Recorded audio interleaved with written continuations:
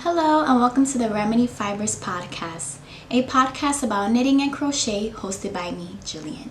If you're new here, welcome, and if you're a returner, thank you so much for stopping by. This week I actually was out for a few days for a work retreat and we were able to travel to Santa Cruz, California. I will include clips along the way. We got to see the boardwalk, we got to be at the beach. Yes, it was a work retreat, but we also had some fun time incorporated within.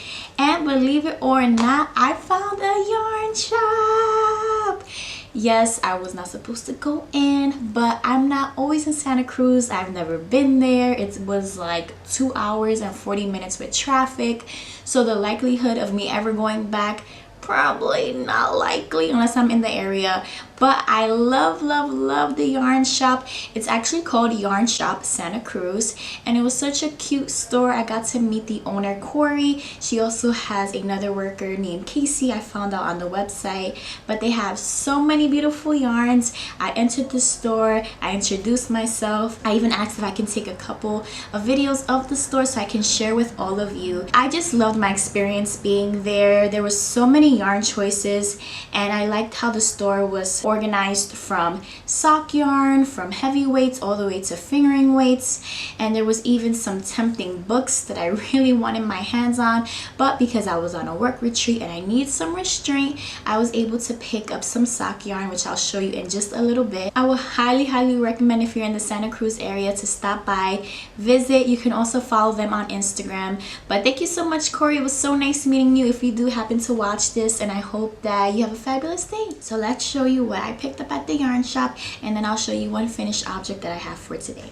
So this cute bag is what I left with. The first day we got there, we went to a coffee shop, and I knew there was a yarn store around, so I told my coworkers, make sure we stop by the yarn store. I really want to visit it.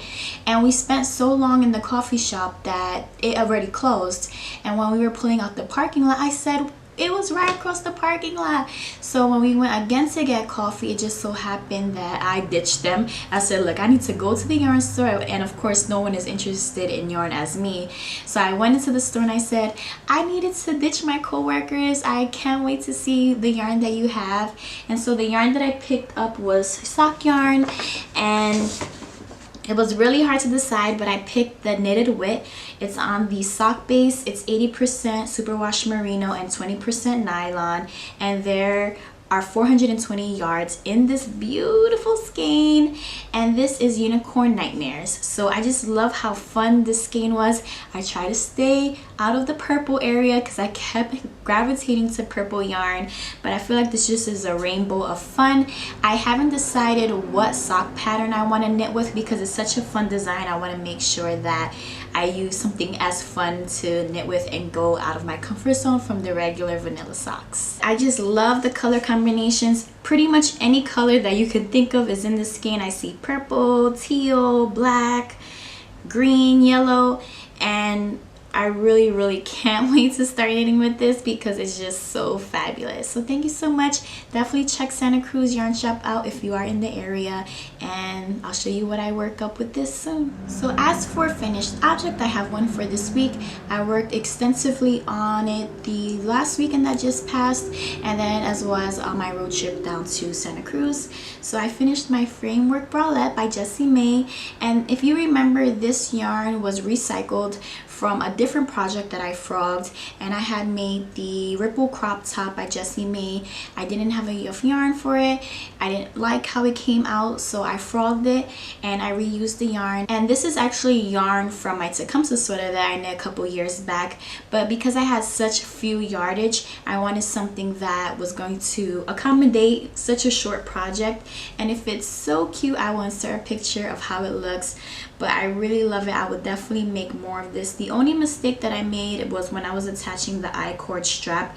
I kind of attached it a little twisted, and I tried to figure out where I sewed in, weaved in all the ends so I can redo it. I couldn't find this, so it's comfortable the way it is, so I'm not gonna mess it up anymore.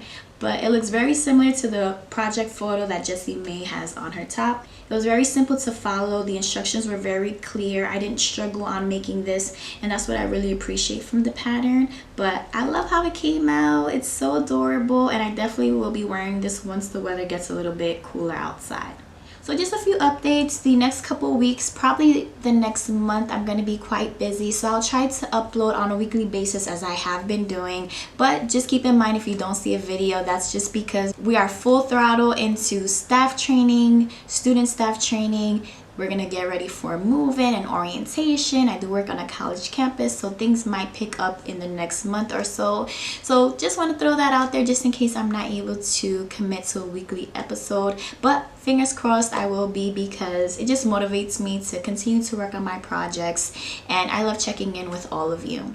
Right now, I don't have any active projects on the needles because I just came back and I just finished my framework bralette. But I do hope to cast on for the Jessie May halter top. I forgot the name of that one. I'll put it down here. And I do want to just skip all my projects and jump right to the Felix cardigan, because it is starting to get a little chilly in the nighttime here where I'm at in California.